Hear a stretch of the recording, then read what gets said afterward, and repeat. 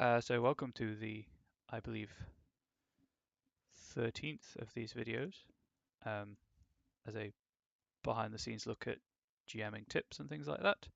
Um, the structure for today's video is a bit different than usual because I don't have my normal D&D game later, so we're skipping the recap.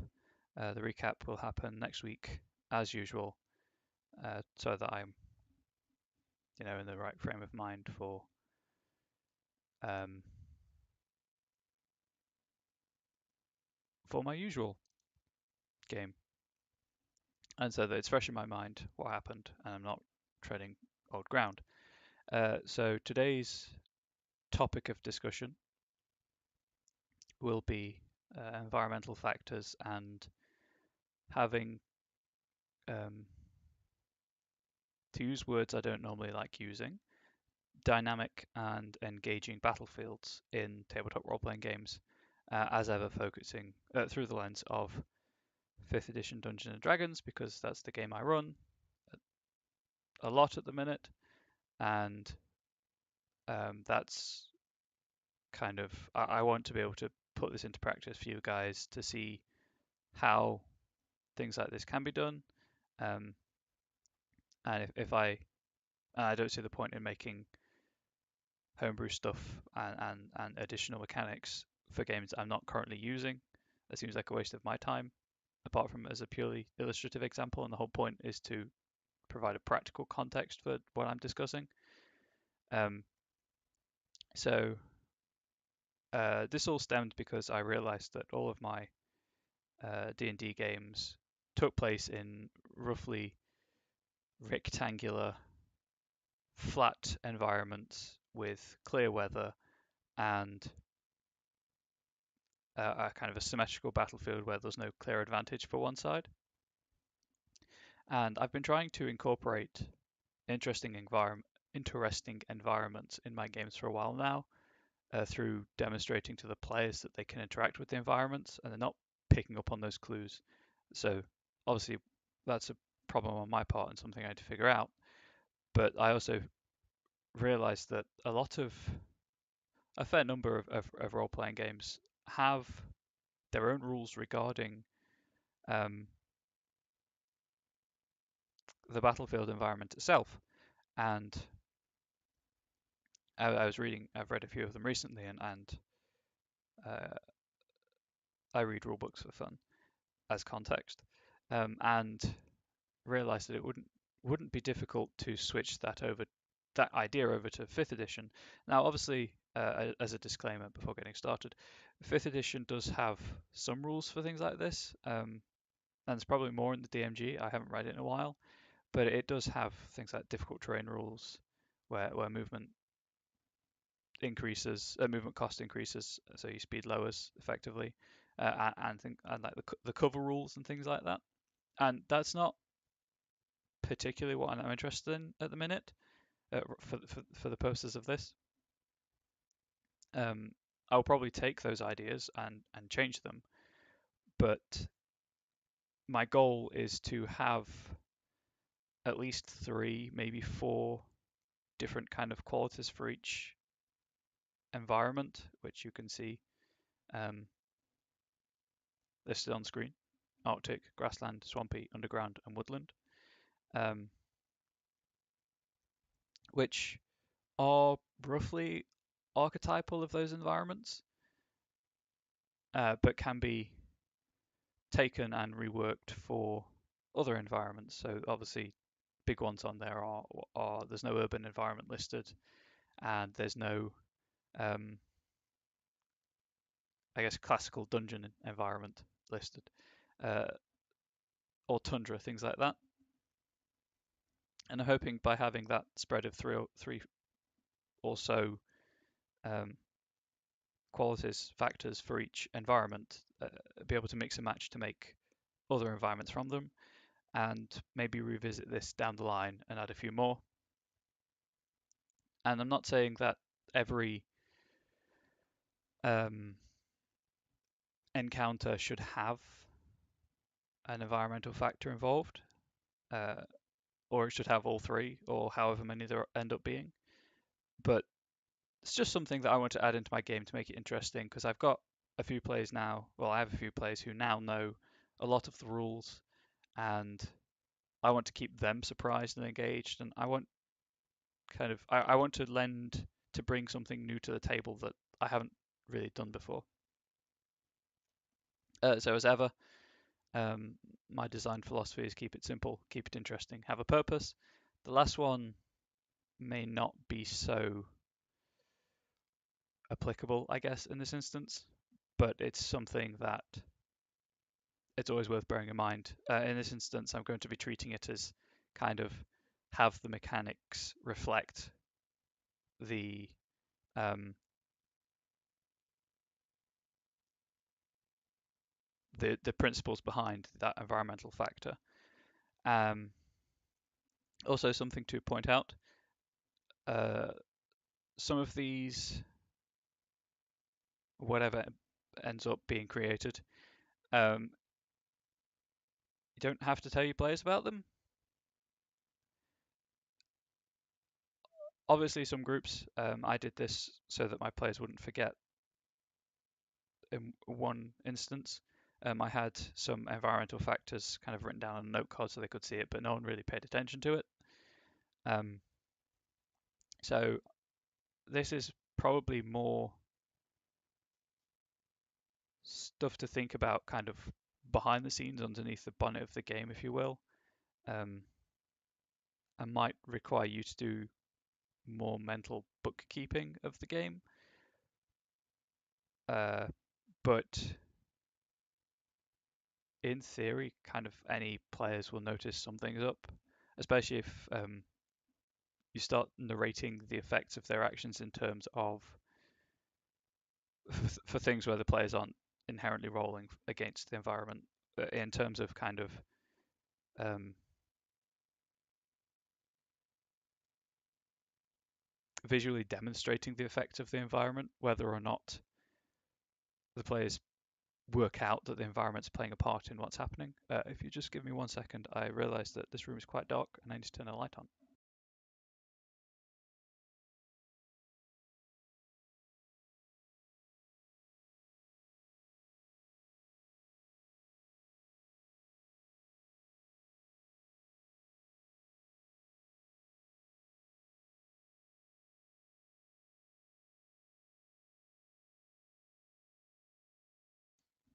I'm back. So, to kind of get things started, I'm going to approach the easier one first for me anyway, with my cursor.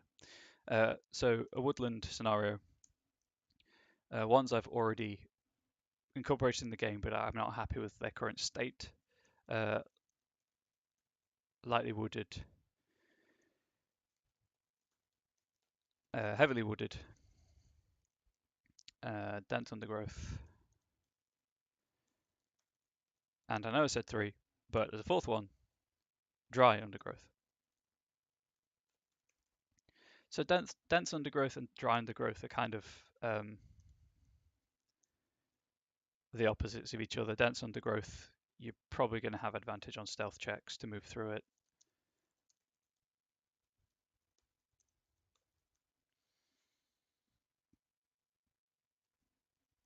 And disadvantage on survival checks to track anyone through it. If you think of any reasonable comments on any of these, please do let me know. I'm not afraid to have my ideas shot down.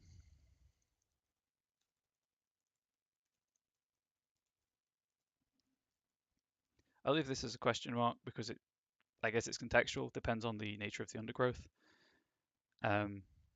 But it would also probably qualify as difficult terrain, and therefore each foot of movement in 5th edition would cost an extra foot of movement, and that does stack. Yay. So if there are 2 areas of crossing difficult terrain, I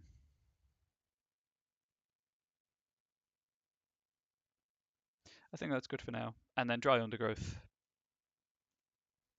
disadvantage on stealth checks because it's so dry and crackly underfoot. That's not. There we go.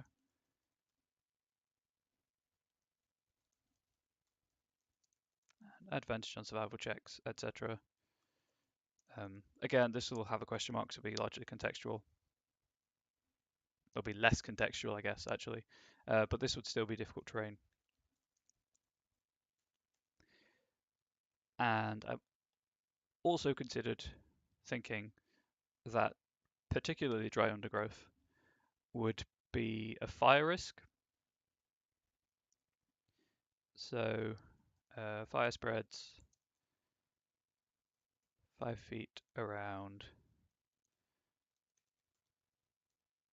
initiative 20.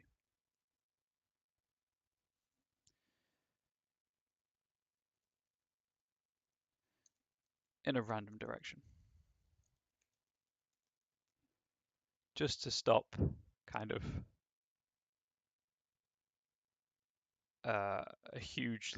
a very quickly out of control conflagration. This is more kind of, obviously, fire can kind of unpredictably, erupt, but sometimes it does follow the path of least resistance in terms of ignition, and this is kind of trying to simulate that. So it'll move to one adjacent square. It will grow by 1 square around a random direction based on the current on either of the endpoints. And obviously this is all subject to change, so go figure. Lightly wooded, I thought earlier, could be targets at greater than 30 feet have partial cover, and then heavily wooded targets at greater than 20 feet have half cover. Sorry. 3/4 cover and half cover.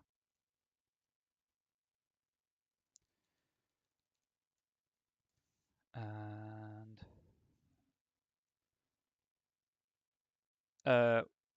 Wormesis, yeah, so it would just be you add another tile of fire per turn rather than each tile doubling, essentially.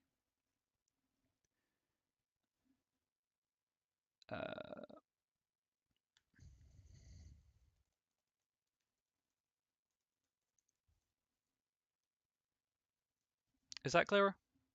I think that's clearer.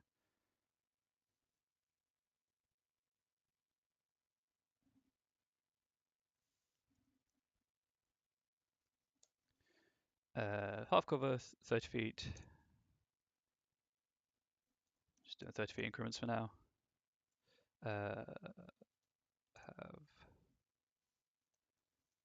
3/4 cover, and then 90 feet total cover.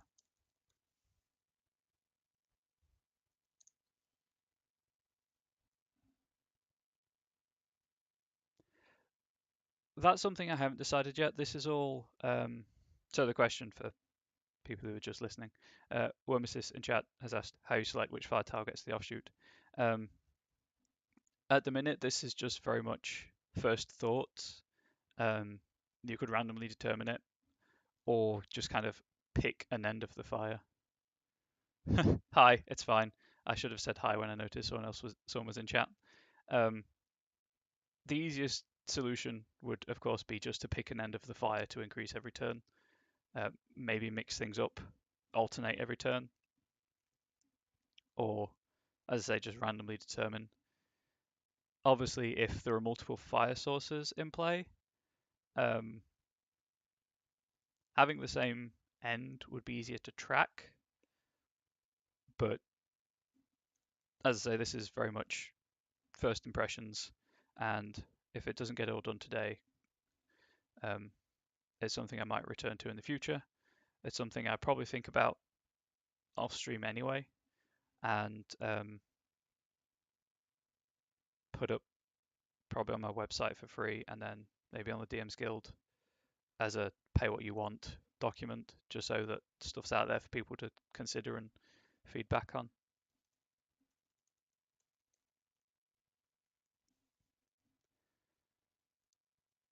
Heavily wooded, probably also difficult terrain.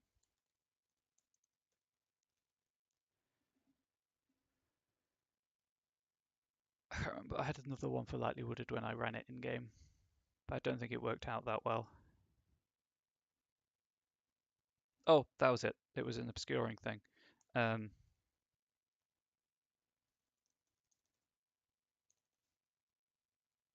think it was, if we keep it at the same 30 feet increments for now, so ranges at 30 feet are lightly obscured. Ranges greater than 60 feet, and obviously you pick the highest increment here and you ignore everything else. Are heavily obscured.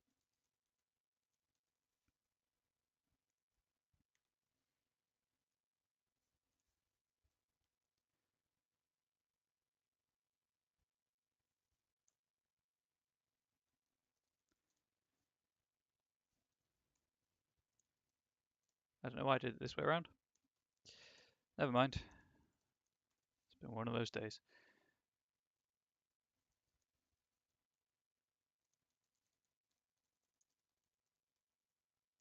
And as ever, this is all just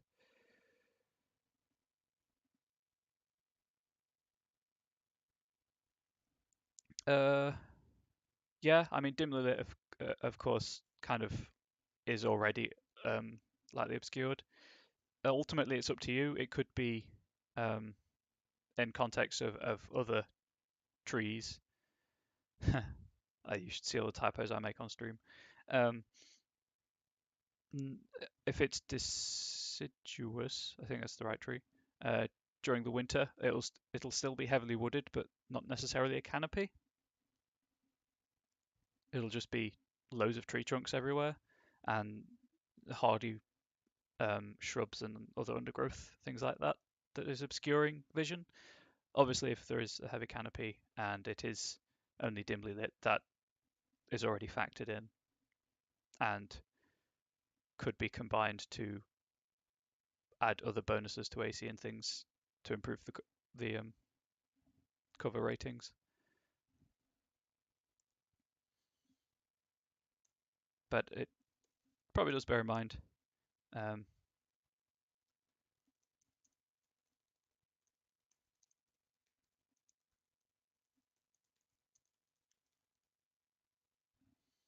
So thank you for that.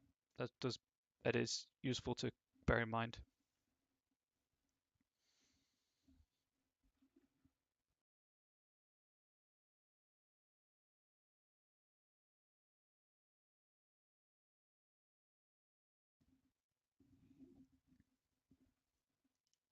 My mouse has gone to sleep because I was using the trackpad.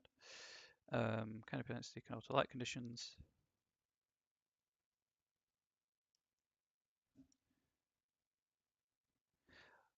Well, that's the thing. I'm just going to call you Groovy, if that's fine. Groovy. I usually wing it, but I realized that sometimes that leads to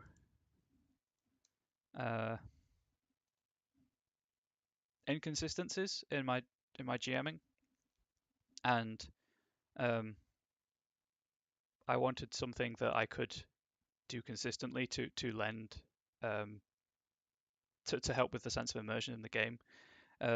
This is the 13th of my videos so far, and if you watch any of the other ones, they're all up on YouTube. The consistency and immersion are big things that I want to put into my games where necessary. When it's kind of a one-off, I don't mind being a bit looser with, say, more cinematic approaches to narrative and things like that. Cool. Yeah. This is, as I say, this is being recorded for YouTube. So if you just want to skip to the end of the video for any note purposes further down the line, then they're all there. And my whole shtick is introducing people to the game. So if you have any questions, please don't be afraid to ask. Obviously, the title of this video is about the environmental stuff, but I'm happy to ask for rules questions. My thoughts on Arctic environmental effects are probably not going to be as exciting as you think. I will just pull up my YouTube channel for chat's benefit. Although it is just the same as the Twitch channel, it's very, very cunningly titled, named.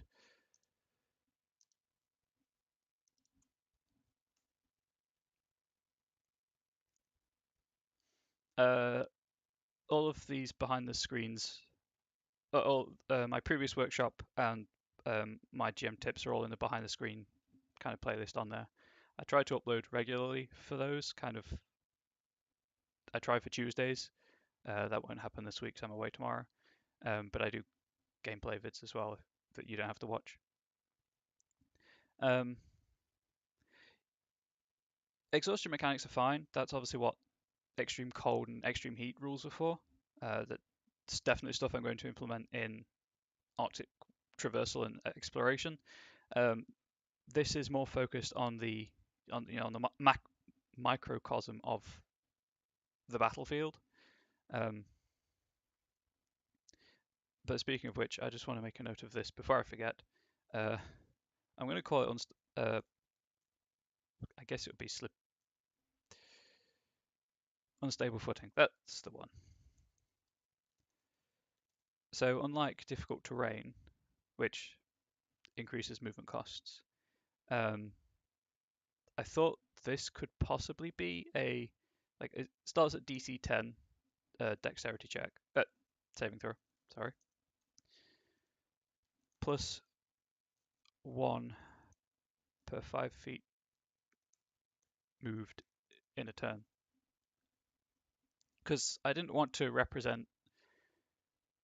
make a player roll every time they move, or I wouldn't want to make a player roll every time they move 5 feet. So having an incremental rolled at end of movement, end of turn. As I was saying, I don't want players to roll every 5 feet they move. So having an incremental saving throw to represent them falling during their turn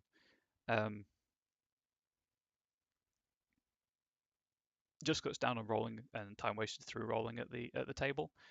I'm leaning towards at the end of the turn so that kind of to simulate the fact that you can keep yourself standing for a short period of time.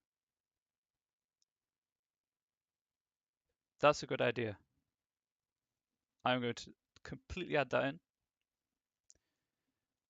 I will also credit you for that one, because when I put this up on, when I tidy this up, they will go up on my website anyway.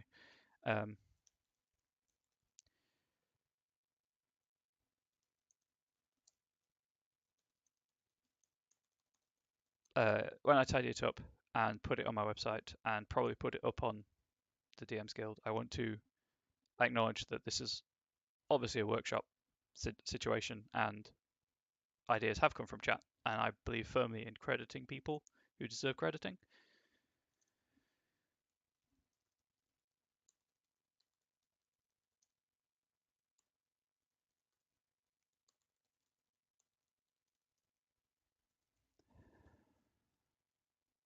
And if I ever capitalize something you don't want capitalizing, or if you don't want crediting, obviously let me know.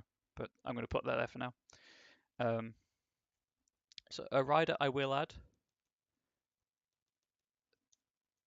to think about, and this is all obviously going to be, I'm going to try and play test this with my group as much as I can, and then just update documents as required.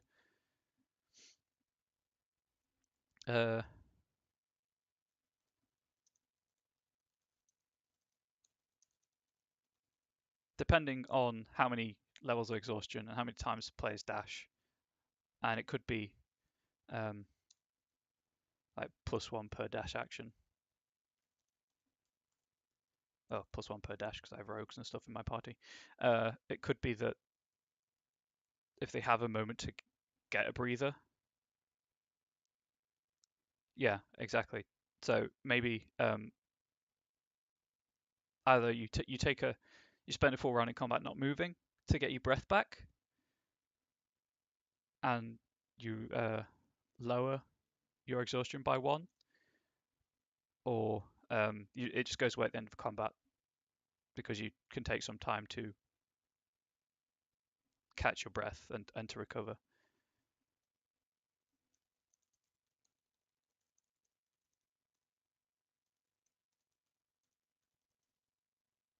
I am capitalizing exhaustion because it is a proper noun in terms of the game rules, just so that everyone is clear. Yes, exactly. My partner has she plays a tabaxi, so I'll admit that's where I got the idea from.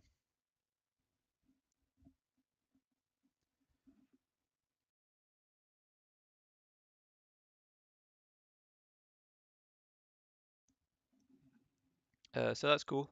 That definitely um, doubles down on the breathing cold air, which I agree. It hurts. It hurts so much. Uh, the unstable footing thing obviously could be a just realised. Whoops. Uh, and it could also be hot air at the same by the same token. Unstable footing obviously applies to a lot of situations. Um, kind of broken ground with pebbles everywhere, sand in a desert, that kind of thing. Full prone or fail.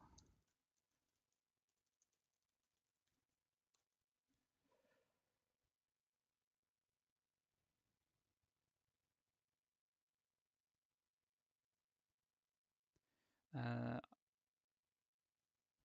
and then, of course, there's always the good old-fashioned I guess pocket sand is what a lot of the internet knows it as.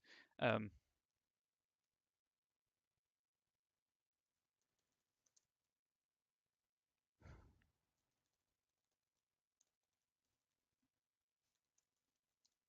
I didn't sleep very well last night, so my ability to think of normal words isn't great. Um,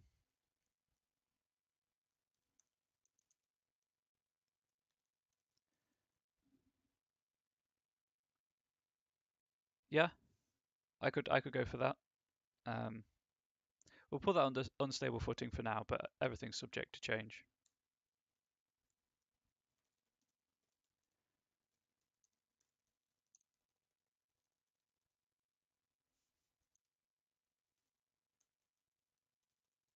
Again, credit where it's due. Action to impose blind until end of target's next turn. And that's just throwing snow in their face.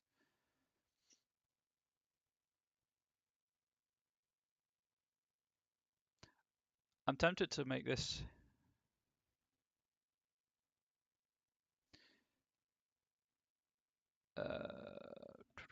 this could be more along the lines of a grapple where it takes an attack.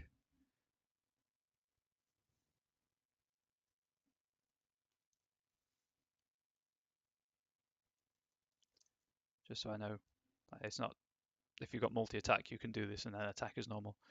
Um,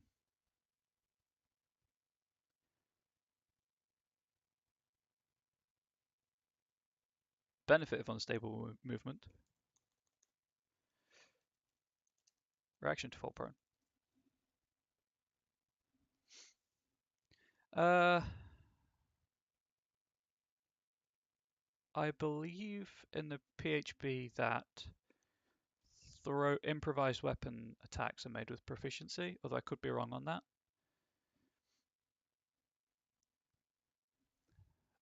But just so I consider that in future as improvised weapon. I believe they are made with proficiency, and this would be a ranged attack as well for ability modifier purposes.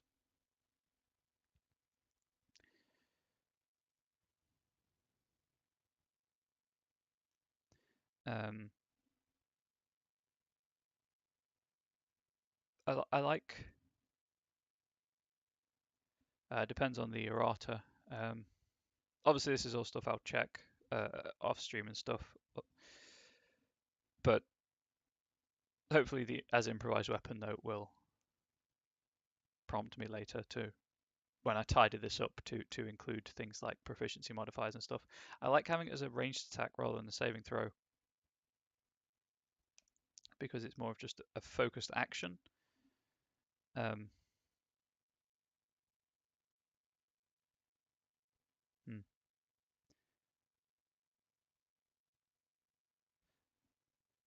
As I say, this is all subject to change.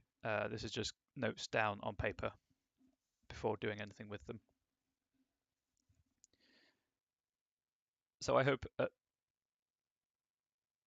ranged attack by default is Dex.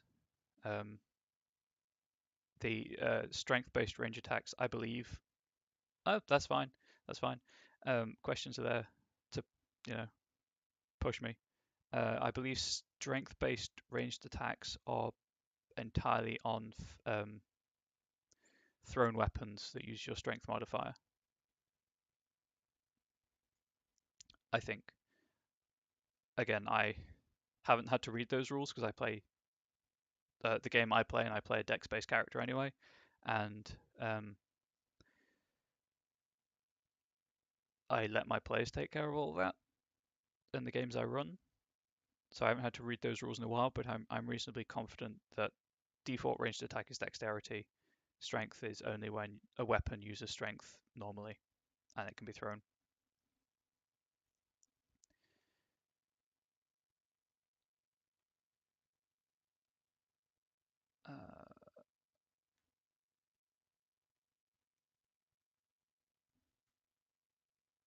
And because my thought process right now makes no sense, Swampy. Hidden ground. This is less a player-based rule, more a GM-based rule, and lends itself more to grid combat than theatre of the mind. But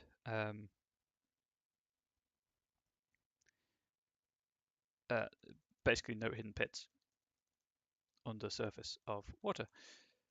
And you'll notice that there is no, keep using the trackpad, there's no water environment on this list. That's because a lot of the stuff here you could easily alter for water-based combat anyway. And I think water-based combat is complicated enough to track as it is. So this would be more for kind of, as I say, as this instance is swamps and shallow water sources. Anything deeper where you're having to use water breathing spells, that kind of thing. Six-dimensional six-axis combat is difficult enough to keep track of anyway. DC 10. I don't know why I'm writing these out fully. Dexterity save or fall on move. DC 15 on dash.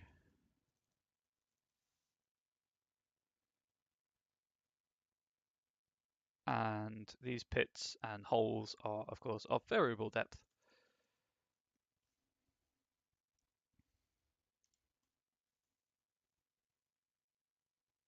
Yes, I would definitely consider a swamp is a perfect point where I would, and in fact have had difficult terrain hidden underwater. And it worked quite well, as did the top one of the hidden pits. My players kind of, the first time one of them fell in one, they gave me such a look. And then I just started drawing X's on the map so that they knew where not to fall in.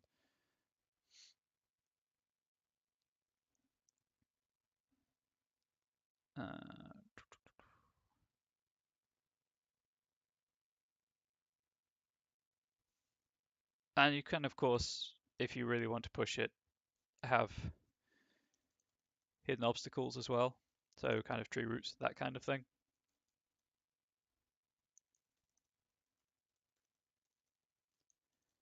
Which would just be a, just copy this for ease.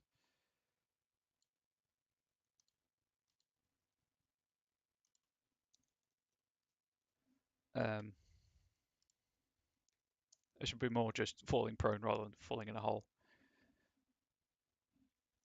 And of course, if you have a pit with treasure in it in a swamp, then the player's going to find it when they fall in.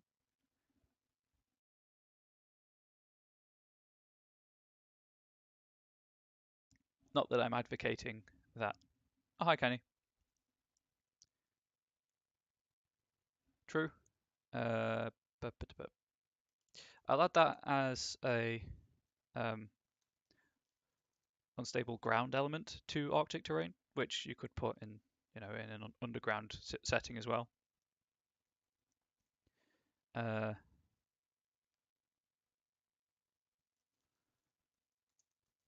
damage or weight in excess of. Yeah, I was going to include something like this in the underground, but it does make more sense, I think, to have it in the Arctic. My reasoning, my thought process there being that I'm a potholer, not an Arctic explorer, so things that could apply in both generally occur to me as an underground thing. Not that I've thankfully ever been in that situation apart from once, where the mine shaft I was crossing on a plank, the plank wasn't very stable, of X, causes ground to disappear. As if pit trap.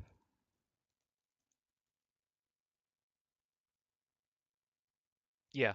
So in this instance, obviously, you'd have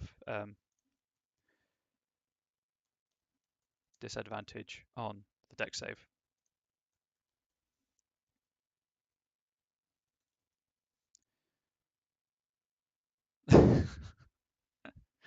Oh, Rangers. Rangers are great. You say it would make them more useful, but it depends entirely on if the Ranger is actively scouting. No one in my play, the part in the game I play, no one actively scouts apart from me. So when my rogue's not there, it's a bit awkward in terms of exploration. Rangers do need help. That's why they keep putting out errata to fix them.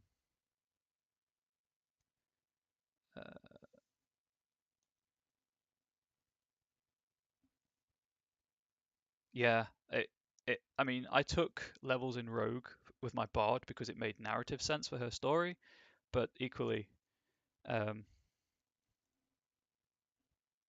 I'm just crediting you. If you don't want credit, that's fine. I can remove the name.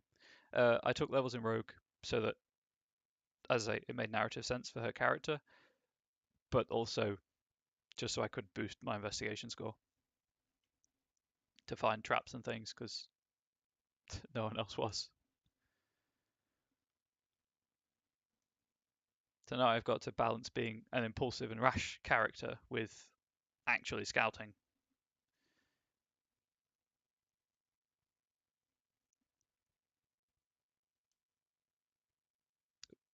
Yeah, go with this example for now.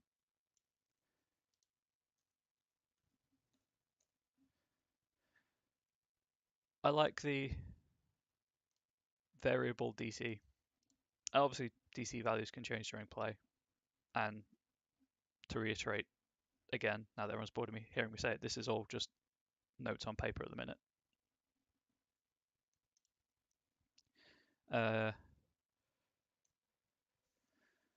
Wildlife, that's going to be a lightly obscured targets at greater than, we'll say 30 feet, but obviously variable.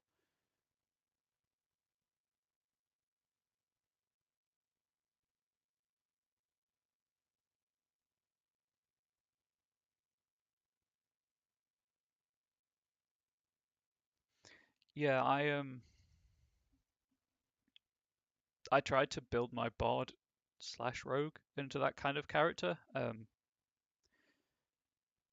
The idea being that she's going to supplant her father as the head of the Thieves Guild, so she wants to be like a planning mastermind, hence why she took the mastermind rogue special archetype.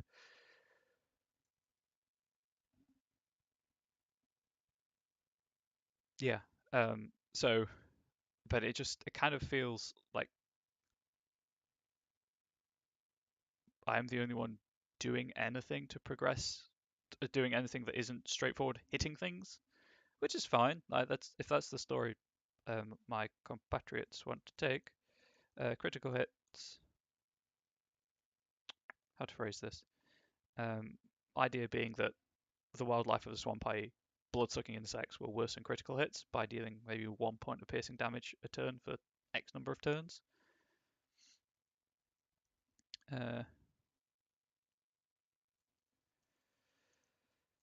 Target of critical hit takes 1 piercing damage.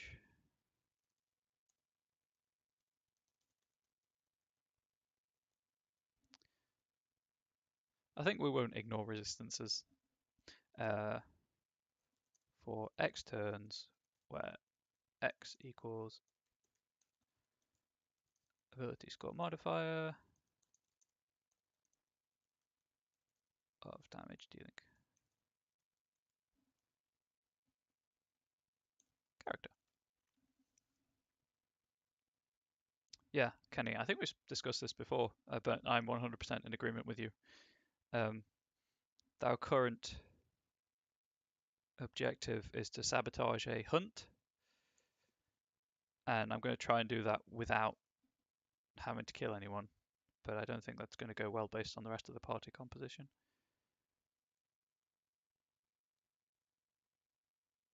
I guess recipient of critical hit, although it makes it sound like a gift, is a better way of phrasing it. For these note purposes, anyway. Uh,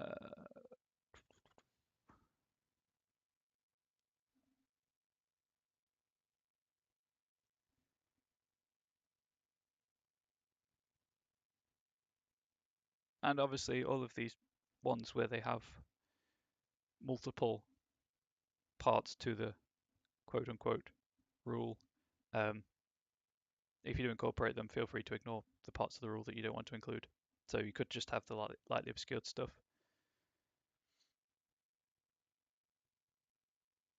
Yeah, fighting with a purpose, not just a random encounter.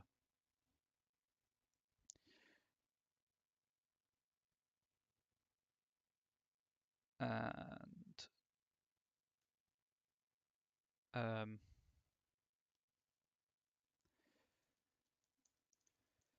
something I'm hesitant to do, but would apply in a swamp in a lot of environments, obviously, would be that you introduce a predator drawn by the sounds of conflict slash smell of blood.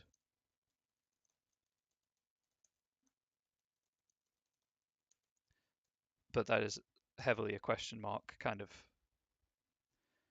It might work out for the best, it might not. Kind of just judge it in the instant.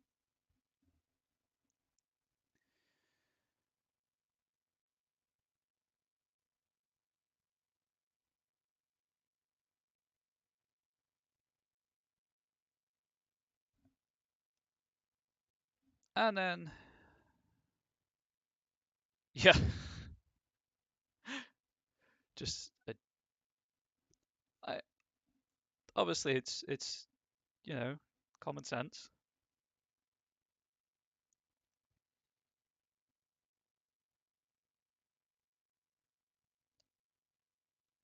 The Tomb of Annihilation does require players to take mosquito repellent or get malaria, so really, there's precedent there.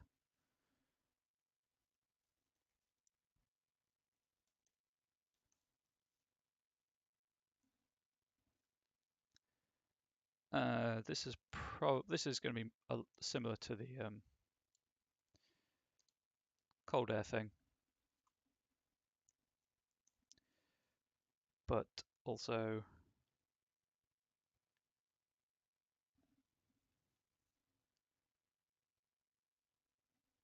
I did have an idea.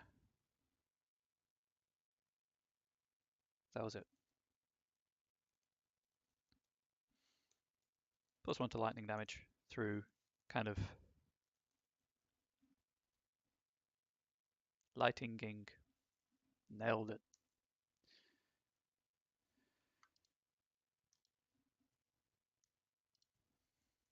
There we go. Just through kind of moisture in the air, on the skin, on the clothes, that kind of feeling. Something I have been considering as part of this, which I'll probably return to in the future, is adding weather stuff, weather effects, although they're largely extremely simple.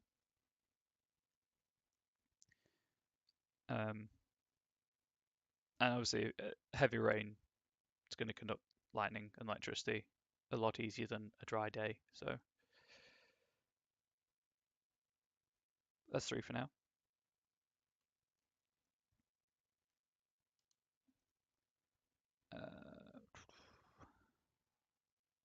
The annoying thing is going to be converting all this for Trello formatting purposes. Oh, that's going to be fun. Oops. Obviously, elevation. I do think some of this stuff's already covered in the published rules, but it's going to be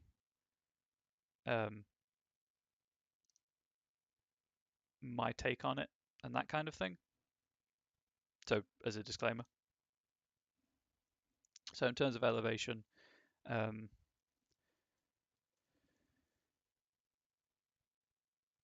targets greater than 10 feet above have +1 AC, +1 per 10-foot increment.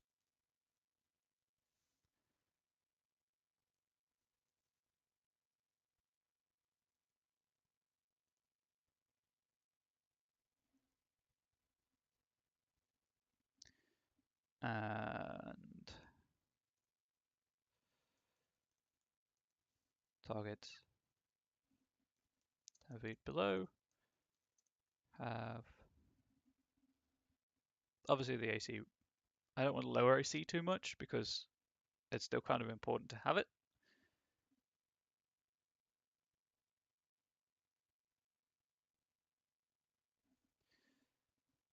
Or just for now apply advantage on attacks against targets greater than 10 feet below the attacker.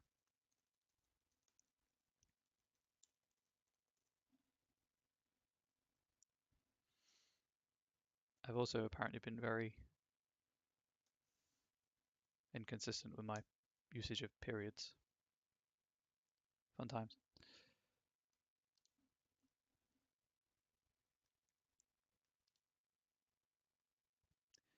The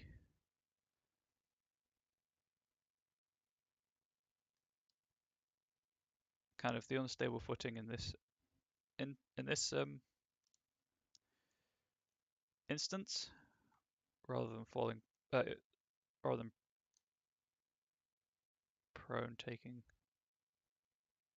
full movement, fall prone on failure, and take say D4 bludgeoning damage, because falling on rocks hurts.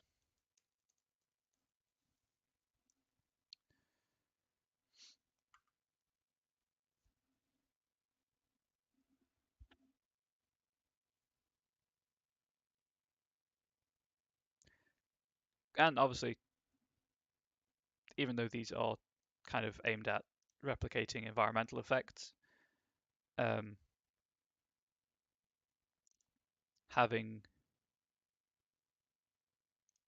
aren't intended to represent the whole range of battlefields themselves. These are environmental factors, as suggested by the title. Um, Having objects to provide cover, like rocks in this instance, in the instance of grasslands and trees and things like that, also should be involved, and things that players can be interacting with to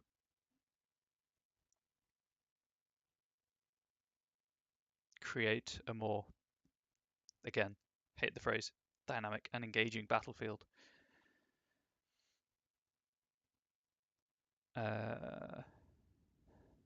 Where'd my, there we go.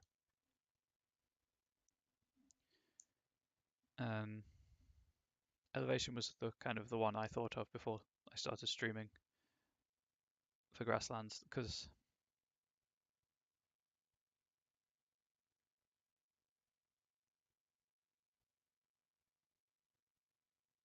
I guess you could just have uh, rampant growth.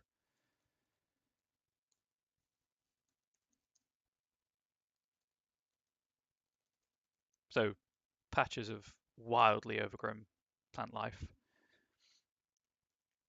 So that would be more possibly difficult terrain, or even, I mean, you could do both, I suppose. Uh, Strength, DC 10 strength save, and obviously you alter the value based on context. At start of turn, or be restrained. Action to free character.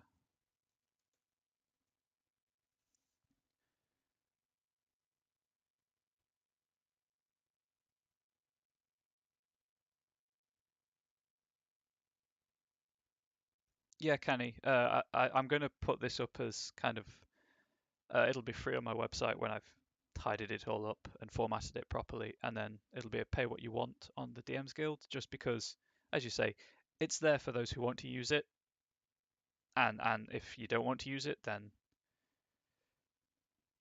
clearly you don't have to pay for it, so you don't feel like you've wasted money. And I'm never going to try and cover everything. It's just a few flavorful mechanics and rules and things.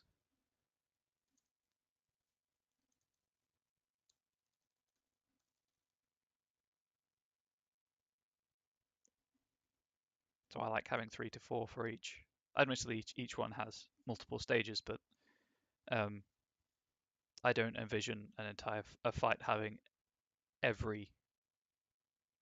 Um, that's why that looks weird. Having every um, added mechanic, rule, what have you.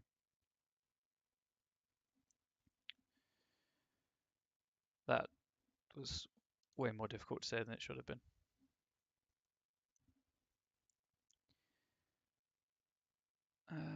Elevation, unstable footing, rampant growth.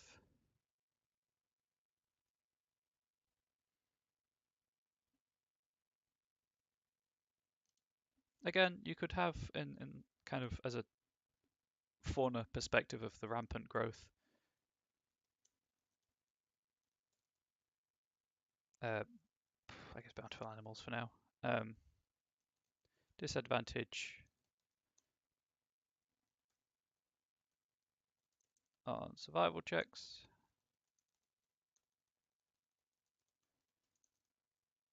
To track specific things. Advantage to find food. Or easy to find food, depending on how you utilize your players finding food.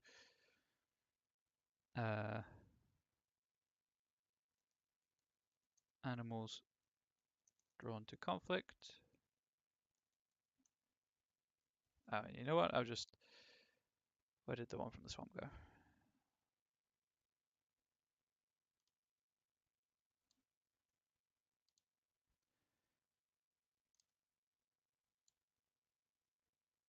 There we go. That's a lot easier. Or introduce objective / distraction drawn by conflict / blood. So the players might decide to try and protect an animal that stumbles onto the battlefield, that kind of thing. And obviously a lot of these, as I said, are going to be quite similar, and you can mix and match, but it's just something to add flavor to scenarios.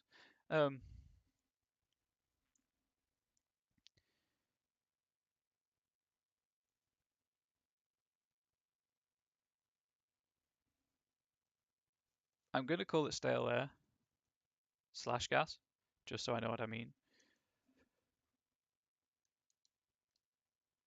And then let's do this.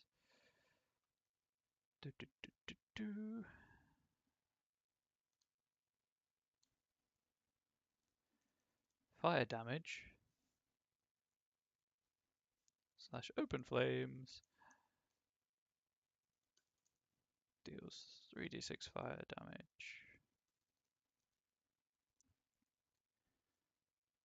3d6, no, it should scale with the size of the fire, to be fair.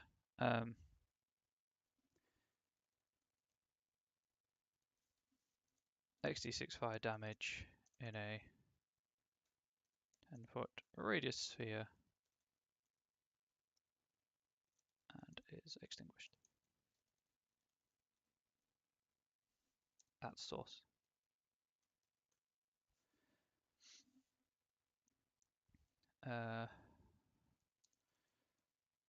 X is appropriate to size of source.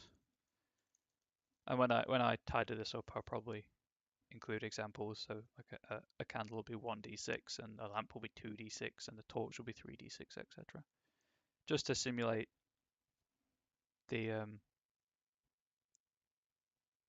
pockets of gas catching fire.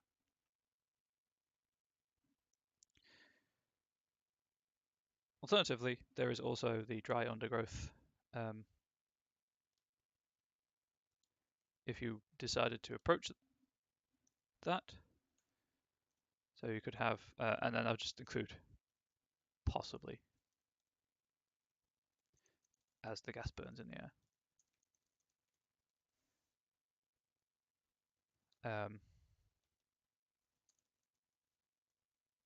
for X rounds.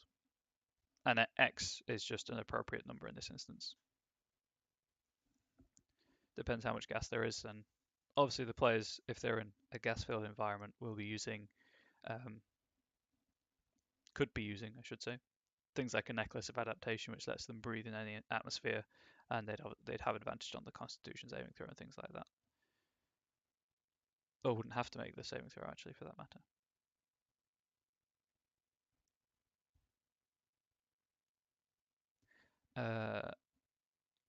There was also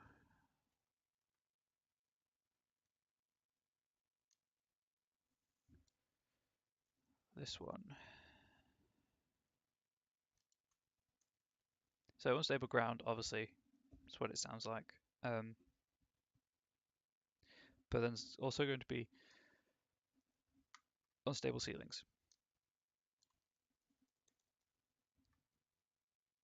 Thunder damage. Or loud noises cause a ceiling to fall. Or causes parts of ceiling to fall.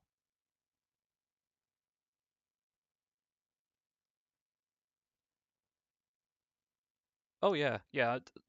A lot of the dangers underground are purposefully going to be worse or bad or worsened through playtesting because of how dangerous being underground is. And obviously, if your light source isn't working, that's a pretty good indicator to leave. That's a high spell ceiling. To fall.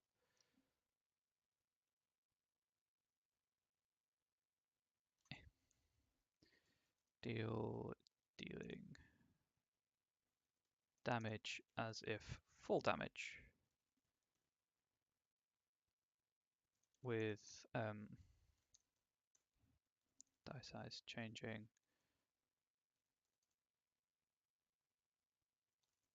based on size of rocks.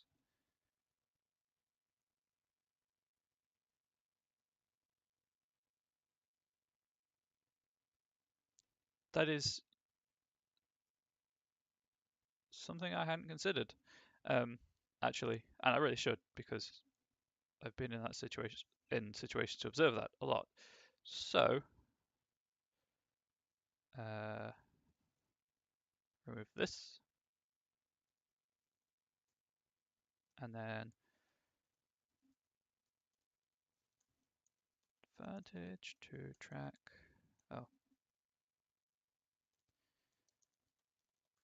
sticking with 5e terminology. Track via soot, soot, soot, ash, etc. Marks on the ceiling.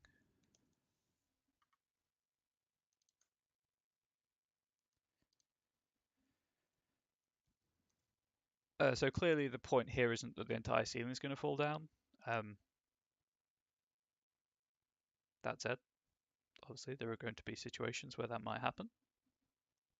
But this is more just loose rocks falling from the ceiling, and it might be that it can only happen a certain number of times per environment, or per encounter, I should say, because bookkeeping that over multiple sessions would be awkward.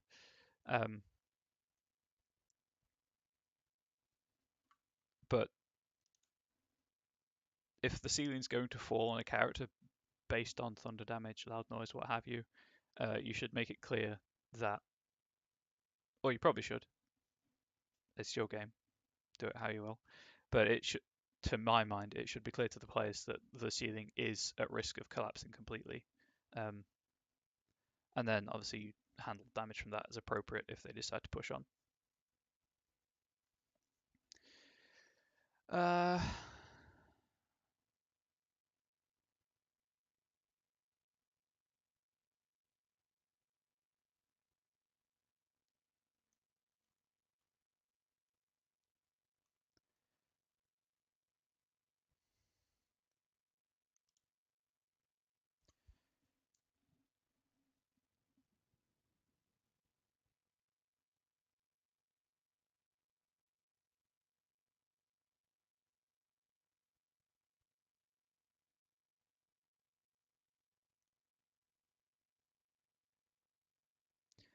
It's a good point, Kenny, about sound. That's something I'd probably include more as a general note for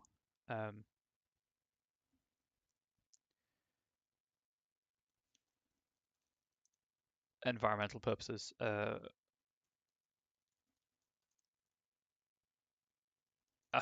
just confusing.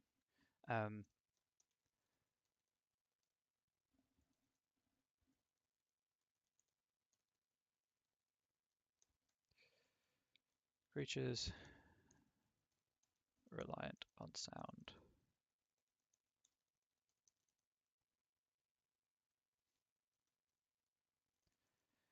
To see are easily deafened.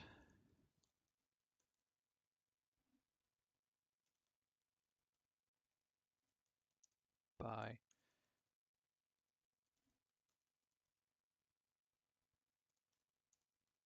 two different pitches at the same time. Just to simplify it, but obviously credit where credit is due.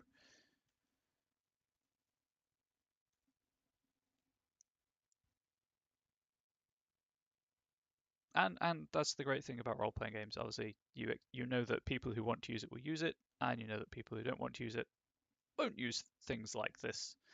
And I'm not planning on using all of these every time.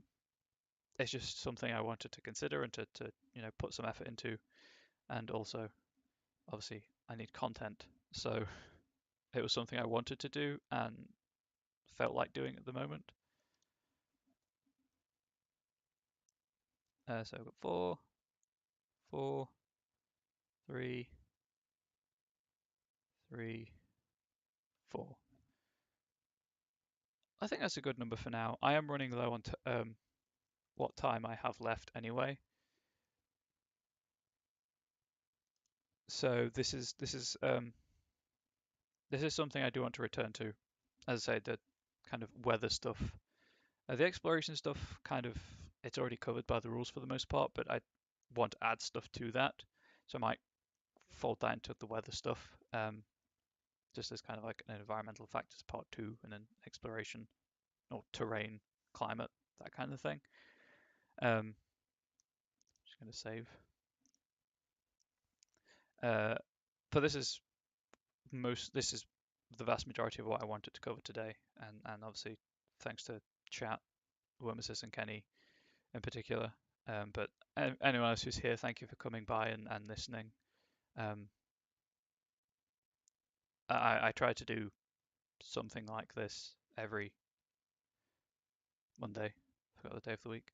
Every Monday, about this time. I try to run for about an hour or so. So anyway, between kind of 1:30 and 2:30 GMT currently. As I say, I try to stream kind of GM tips, focusing on 5th edition because I want to have the practical side of the tips, which you don't tend to get a lot of. And that's the game I'm running at the minute. So it helps me as well to develop as a GM. If you want to, come back and watch those, that's what the follow button is for. This video will be up on YouTube at some point, soon-ish, definitely by the end of the week, at a YouTube channel, which I'll just put in chat. But I've lost the link. But is also the same as my Twitch channel, Comrade Bubbles. That should be the right link. And all of my video archives go up on there. And for this series and for at the minute Temtem, the Temtem Alpha, which I'm having a blast playing. But if you want to watch those, obviously that's the link. And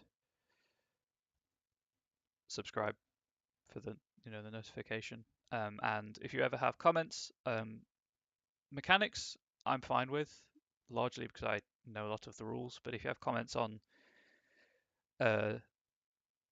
ideas and your own take on things, and just questions in general that prompt me to consider things from a new angle, I'm more than happy to accept them through YouTube comments, Twitch chat, email, what have you. But for now, YouTube, thank you for listening. I'll do a slow scroll down of the document so that if anyone does just skip to the end of the video, they can see what the end result has been. And then when I come to do, because I do want to do a second one of these, when I come to do the second one, I'll do a recap and everything, I guess, because I don't really have the time right now, of what I've tried to emulate through various mechanics. I realize I don't have to do a slow scroll, I could just scroll down to the bottom. But so this is your Arctic, covering unstable footing, cold air, particulate clouds, which I'll probably rename.